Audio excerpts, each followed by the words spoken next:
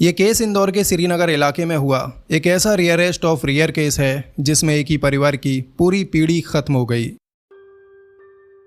साल 2011 में जब इस केस ने सुर्खियां पकड़ी थी तो हर कोई हैरान था कि आखिर कैसे कोई इंसान थोड़े से लालच में आकर इतना क्रूर हो सकता है कि वो अपने मतलब के लिए एक ही परिवार की 3 महिलाओं की हत्या कर दे।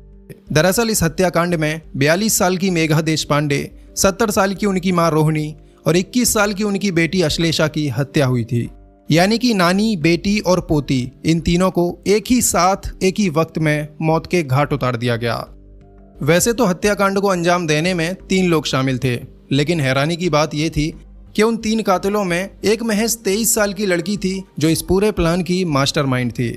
अब जिस तरह गोली और चाकू से हत्याकांड को अंजाम दिया गया था वो अपने आप में दिलों को दहला देने वाला था, लेकिन सबसे ज्यादा हैरानी तब हुई जब इस ट्रिपल मर्डर केस की वजह निकलकर सामने आई। ना कोई रंजिश, ना कोई दुश्मनी, ना ही कोई आपसी विवाद, बस थोड़े से लालच में आकर 3 लोगों ने मिलकर 3 मासूम जिंदगियां खत्म कर दी। इस केस की शुरुआत होती है जून 2011 से। महीने के शुरुआती दिनों में ही देशपांडे फैमिली उज्जैन से इंदौर में शिफ्ट होती है। इंदौर में एक पॉश इलाका है श्रीनगर। इसी इलाके में ये लोग एक घर किराए पर लेते हैं, ये सोचकर कि कुछ साल इसी घर में सुकून से रहेंगे। लेकिन इन बेचारों को क्या ही अंदाजा होगा कि आने वाले कुछ ही दिनों के अंदर इसी घर में रहते हुए इन सबकी जिंदगी एक साथ खत्म हो जाएगी। तो सबसे पहले बात करते हैं देशपांडे फैमिली के बारे में। इस फैमिली में टोटल 3 मेंबर थे, मेघा देशपांडे, उनके पति निलंजय देशपांडे और इन दोनों की एक बेटी अश्लेषा देशपांडे। अब जिस दिन ये हत्याकांड हुआ था उससे ठीक 2 हफ्ते पहले ही मेघा देशपांडे इंदौर में शिफ्ट होती हैं। इंदौर के इस घर में मेघा के साथ उनकी 70 साल की मां रोहिणी और 21 साल की बेटी अश्लेषा रहती थी। उनके पति जो थे वो बैंक मैनेजर थे, इसलिए अपनी जॉब के चलते दूसरे शहर में रहा करते थे। इधर मेघा देशपांडे भी एक वर्किंग वुमन थी। वो किसी कॉस्मेटिक प्रोडक्ट बेस एक MLM कंपनी में काम किया करती थी। इस सब के चलते पैसों की तो कोई कमी थी नहीं और सब कुछ अच्छा ही चल रहा था। अच्छा, मेघा की एक खास बात ये थी कि उन्हें महंगी ज्वेलरी पहनने का बहुत शौक था। जहाँ कहीं भी वो जाया करती तो सोने के बड़े बड़े जेवर उनके शरीर पर पड़े होते थे और अपने इसी शौक के चलते लोगों में उनकी एक खास पहचान थी। तो ऐसे ही एक दिन मेघा इंदौर के एक मॉल में घूमने जाती हैं। वही उनका लुक था, शरीर पर सोने के गहने और अलग अलग तरह की महंगी ज्वेलरीज। उसी वक्त मॉल में एक लड़की की नज़र मेघा के ऊपर पड़ती है जो मेघा का हाई प्रोफाइल लुक देखकर काफ़ी हैरान होती है। इस लड़की का नाम नेहा वर्मा था, जिसकी उम्र महज 23 साल थी। मेघा को देखकर नेहा इसलिए और भी ज़्यादा हैरान थी क्योंकि जिस तरह की हाई प्रोफाइल लुक में मेघा देशपांडे थी वैसी ही जिंदगी जीने का नेहा वर्मा का सपना था। नेहा का एक बॉयफ्रेंड भी था जिसका नाम राहुल चौधरी था। अब नेहा और राहुल दोनों के सपने और शौक तो बहुत महंगे थे, लेकिन हाथ में फूटी कौड़ी भी नहीं थी। इत्तेफाक से दोनों की सोच और ख्याल भी एक ही जैसे थे। मतलब ये कि दोनों रातों रात अमीर बनने के सपने देखा करते थे। तो अब मॉल में जब नेहा मेघा देशपांडे को देखती है तो उनकी तरफ काफ़ी अट्रैक्ट होती है और एकदम फिल्मी अंदाज में मेघा के पास जाकर उनसे टकरा जाती है।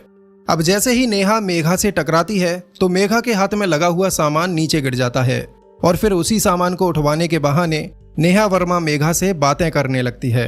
इन्हीं बातों के बीच दोनों एक दूसरे से इंट्रोड्यूस होते हैं और तब नेहा को मेघा के बारे में काफ़ी कुछ पता लग जाता है। अब दोनों साथ में ही मॉल घूमते हैं और इसी बीच दोनों के मोबाइल नंबर भी एक्सचेंज हो जाते हैं। यहाँ तक कि शॉपिंग के बाद नेहा मेघा को छोड़ने उनकी कार तक जाती है। खैर, अब यहीं से दोनों के बीच बातचीत का सिलसिला शुरू होता है और हर रोज नेहा मेघा के पास कॉल करने लगती है। अब धीरे धीरे नेहा को मेघा और उसके परिवार के बारे में सब कुछ पता लग चुका था और यही सारी बात वो अपने बॉयफ्रेंड राहुल को भी बता देती है। नेहा राहुल से कहती है कि ऐसे ऐसे एक हाई प्रोफाइल अमीर औरत है जिससे मेरी अच्छी दोस्ती है और उसके घर कोई आदमी भी नहीं है, तो क्यों ना हम इस औरत के घर में जाकर लूटपाट कर लेते हैं, जिससे हमारी गरीबी भी दूर हो जाएगी और दोनों फिर शादी करके सेटल्ड हो जाएंगे। नेहा का ये आइडिया राहुल को भी खूब पसंद आता है क्योंकि दोनों को रातों रात अमीर होना था और इसके अलावा दूसरा कोई रास्ता भी नहीं था। तो अब राहुल एक प्लान बनाता है कि मेघा के घर में जाकर सबसे पहले वो डकैती डालेंगे और फिर पूरे परिवार को मौत के घाट उतार कर वहां से फरार हो जाएंगे, क्योंकि जब कोई जिंदा ही नहीं बचेगा तो फिर उनके खिलाफ बोलेगा कौन। लेकिन राहुल के उस प्लान में एक प्रॉब्लम थी, वो ये कि कत्ल करने के लिए उसके पास पिस्टल नहीं थी। तो इसके लिए राहुल अपने एक दोस्त मनोज को इस प्लान में शामिल करता है, क्योंकि मनोज के पास उसकी एक पर्सनल पिस्टल थी। तो अब 18 जून 2011 के दिन नेहा वर्मा मेघा के पास फोन करके मेघा की MLM कंपनी में ज्वाइन होने की इच्छा जताती है। नेहा की बात पर मेघा भी उसे ज्वाइन कराने के लिए मान जाती है और आगे की प्रोसेस के लिए नेहा को अपने घर पर बुलाती है। अब अगले दिन सुबह यानी कि 19 जून 2011 को नेहा वर्मा मेघा के घर पहुंच जाती है, जहां मेघा उसे एक ज्वाइनिंग फॉर्म देती है भरने के लिए। तो नेहा उस फॉर्म को भरने लगती है और फॉर्म भरते हुए वो मेघा से कहती है कि मेरा एक फ्रेंड है जो यहीं पास में रहता है, क्यों ना मैं उसे भी यहीं पर बुला लूं, जिससे लगे हाथों उसे भी प्लान दिखाकर हम अपने साथ ज्वाइन करा लेंगे। ये सुनकर मेघा भी हाँ कर देती हैं, क्योंकि उन्हें कोई एतराज़ नहीं था और फिर उनकी भी एक साथ दो ज्वाइनिंग हो जाती। तो जल्दी से नेहा राहुल के पास फ़ोन कर देती है, जो उनके प्लान के मुताबिक पास में ही कहीं पर खड़ा हुआ था। अब कुछ ही मिनटों में राहुल मनोज को अपने साथ लेकर मेघा के घर आता है और घर में घुसते ही राहुल हाथ में पिस्टल लिए मेघा को डराने लगता है। अब दोनों के बीच थोड़ी तू मैं होती है और तभी बिना कुछ सोचे समझे राहुल मेघा के सर में गोली उतार देता है।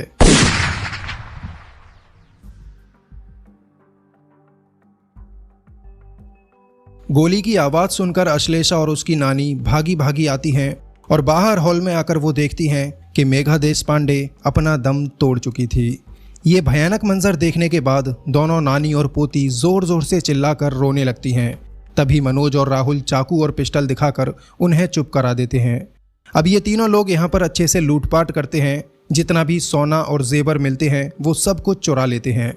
इसके अलावा राहुल मेघा और अश्लेषा के 2 डेबिट कार्ड भी उठा लेता है और अश्लेषा को डरा धमका कर उन डेबिट कार्ड्स का पिन भी पूछ लेता है। इस पूरी लूटपाट में इन तीनों को 1.5 लाख रुपए कैश, करीब 5 लाख की ज्वेलरी और 2 ATM कार्ड्स मिलते हैं। लेकिन इस सब के बावजूद ये तीनों हैवान अश्लेषा और उसकी नानी पर जरा भी रहम नहीं करते और बुरी तरह चाकू से गोद कर उन दोनों की भी हत्या करके वहां से फरार हो जाते हैं। यानी कि जो प्लान बनाकर वो तीनों आए थे उसमें कामयाब हो जाते हैं और मेघा देशपांडे की पूरी फैमिली जरा सी देर में खत्म हो जाती है। अब इस घर में सुबह से लेकर दोपहर तक सन्नाटा पसरा रहता है, ना किसी की कोई आवाज़ आती है और ना ही कोई दिखाई देता है। फिर दोपहर के करीब 2 या 3 बजे इस घर के आगे से एक औरत गुजरती है जो मेघा देशपांडे की पड़ोसन थी और जैसे ही वो दरवाजे के सामने आती है तो एकदम से सहम जाती है, क्योंकि इस बंद घर में सन्नाटा पसरा हुआ था और दरवाजे के आसपास काफ़ी दूर तक खून में सने हुए पैरों के निशान थे। ये नज़ारा देखते ही वो औरत घबरा जाती है और तुरंत ही उस घर के मकान मालिक को फ़ोन करके वहाँ पर बुला लेती है। इसके बाद मकान मालिक वहाँ आता है और मेघा देशपांडे को आवाज़ लगाता है। उसके कई बार आवाज़ लगाने के बाद भी जब अंदर से कोई जवाब नहीं मिलता तो फिर मकान मालिक खिड़की में झांक कर अंदर देखता है और जैसे ही वो अंदर देखता है तो ज़ोर से उसकी चीख निकलती है, क्योंकि घर के अंदर फर्श पर खून में सनी हुई 3 लाशें पड़ी थीं। इसके बाद मकान मालिक तुरंत ही पुलिस को बुलाता है और जब पुलिस वहां आकर घर का नज़ारा देखती है तो उनकी भी रूह कांप जाती है। धीरे धीरे ये बात आग की तरह पूरे इलाके में फैलती है और जो भी इंसान घर में पड़ी हुई इन लाशों को देखता है तो उसका दिल भर आता है, क्योंकि जिस तरह से घर में खून ही खून बिखरा पड़ा था और जो हालत लाशों की हुई थी उसे देख साफ जाहिर था कि कितनी बेरहमी से किसी ने उन तीनों महिलाओं की हत्या की होगी। खैर, अब पुलिस अपनी छानबीन में लग जाती है और पुलिस को पता लगता है कि मेघा देशपांडे की मौत सर में गोली लगने से हुई है, लेकिन बाकी 2 लाशों पर गोली का कोई निशान नहीं था। तभी पुलिस को वहां 2 बुलेट सेल मिलती हैं, जिससे जाहिर हो जाता है कि गोलियां 2 चली थी, लेकिन दूसरी गोली किसके ऊपर चली ये समझ नहीं आता, क्योंकि मेघा के सर में भी एक ही गोली का निशान था। इसी के साथ और छानबीन करने पर पुलिस को ये भी पता चलता है कि उस घर में जो खून के निशान पड़े हुए थे उनमें इन तीनों के अलावा भी एक और किसी चौथे शख्स के भी खून के निशान थे और यहीं से पुलिस को इस केस का एक मजबूत क्लू मिलता है। अब पुलिस को ये बात अच्छे से समझ आ जाती है कि वो चौथा इंसान कोई और नहीं बल्कि कातिल ही है और वो दूसरी गोली उसी के पैर में लगी थी, क्योंकि पूरे घर से लेकर दरवाजे के बाहर तक खून में सने हुए पैरों के निशान थे। इसका मतलब जख्मी होने के बाद भी खूनी किसी तरह से इस घर से भाग गया। अब पुलिस के लिए उस आदमी का मिलना बहुत ज़रूरी था जिसके पैर में गोली लगी थी। इसीलिए पुलिस आसपास के सभी हॉस्पिटल्स को अलर्ट कर देती है कि गोली लगने का इलाज कराने कोई भी आए तो हमें इसकी खबर दी जाए, और प्राइवेट हॉस्पिटल्स में अपने कुछ जासूसों को भी बैठा देती है। दूसरी तरफ पुलिस मेघा देशपांडे के फ़ोन की कॉल डिटेल्स निकलवाती है और इन कॉल डिटेल्स में एक नंबर पुलिस के सामने आता है जिस पर लगातार मेघा की बात होती थी। और जिस दिन ये हत्याकांड हुआ था उस दिन भी सुबह को कई बार इस नंबर से बात हुई थी। अब पुलिस इस नंबर की लोकेशन ट्रेस करवाती है और ये लोकेशन उसी इलाके के एक एटीएम के पास आती है। अब जल्दी से पुलिस उस लोकेशन को ट्रैक करती हुई उस एटीएम के पास पहुंच जाती है और वहां पहुंचकर पुलिस को एटीएम के अंदर एक लड़की मिलती है जो कोई और नहीं बल्कि नेहा वर्मा थी। अब नेहा वर्मा से पुलिस उस केस के बारे में पूछताछ करती है, जिसके जवाब में नेहा पुलिस को यही बताती है कि उसे इस केस के बारे में कोई जानकारी नहीं है और ना ही वो किसी मेघा देशपांडे को जानती है। अब पुलिस की लाख कोशिश के बाद भी नेहा वर्मा जब कुछ नहीं बताती तो मजबूरन पुलिस को उसकी तलाशी लेनी पड़ती है और तलाशी में नेहा के पास 2 एटीएम कार्ड्स बरामद होते हैं जिन पर अश्लेषा देशपांडे और मेघा देशपांडे के नाम लिखे थे। अब पुलिस का शक पूरे यकीन में बदल जाता है क्योंकि एटीएम कार्ड्स पर नाम मिलने के बाद शक की कोई गुंजाइश ही नहीं बचती। अब पुलिस नेहा शर्मा को दबोचकर पुलिस स्टेशन ले आती है और यहाँ पर उसकी खातिरदारी शुरू की जाती है। दूसरी तरफ एक प्राइवेट हॉस्पिटल से पुलिस के पास एक मुखबिर का फोन आता है जो पुलिस को बताता है कि 19 जून को एक लड़का इस हॉस्पिटल में एडमिट हुआ है जिसके पैर में गोली लगी है। जैसे ही पुलिस इस खबर को सुनती है फौरन ही उस हॉस्पिटल में पहुंच जाती है। हॉस्पिटल में पुलिस को एक लड़का मिलता है जो झूठी FIR लिखवाकर इस हॉस्पिटल में एडमिट हुआ था। उसने डॉक्टर को बताया था कि एक्सीडेंटल तरीके से उसके अपने हाथ से अपने पैर में गोली लगी थी। इसके बाद पुलिस जब लड़के का बायोडाटा निकलवाती है तो पता चलता है कि ये लड़का कोई और नहीं बल्कि नेहा वर्मा का बॉयफ्रेंड राहुल चौधरी था। ये जानने के बाद पुलिस राहुल को भी उठाकर सीधे पुलिस स्टेशन ले जाती है और थोड़ी सी खातिरदारी के बाद ही राहुल अपना गुनाह कबूल कर लेता है। अब राहुल और नेहा दोनों से एक साथ पूछताछ शुरू होती है और तब राहुल के पैर में गोली कैसे लगी ये कहानी बाहर आती है। दरअसल हुआ कुछ यूं था कि जब राहुल ने मेघा के सिर में गोली मारी थी तो गोली की आवाज़ सुनकर अश्लेषा और उसकी नानी भागते हुए बाहर आए थे। उन्हें देखते ही राहुल ने उन दोनों को भी गोली से मारना चाहा, लेकिन इत्तेफाक से राहुल की जो पिस्टल थी वो धोखा दे गई और गोली पिस्टल के अंदर ही फंस गई। इसके बाद इसी गोली को निकालने के चक्कर में राहुल के हाथ से ट्रिगर दबा और उसी वक्त पिस्टल से गोली निकलकर सीधे राहुल के पैर में ही जा लगी। अब गोली लग चुकी थी, दर्द बहुत था, लेकिन क्योंकि उन तीनों को यहाँ से भागना भी था इसलिए गर्मा गर्मी में राहुल को गोली के दर्द का ज्यादा एहसास नहीं हुआ और फिर उसने मनोज के साथ मिलकर चाकुओं से गोद गोद कर अश्लेषा और उसकी नानी को भी मार डाला और पूरे घर में घर के बाहर तक खून में सने जो पैरों के निशान थे वो राहुल के ही थे।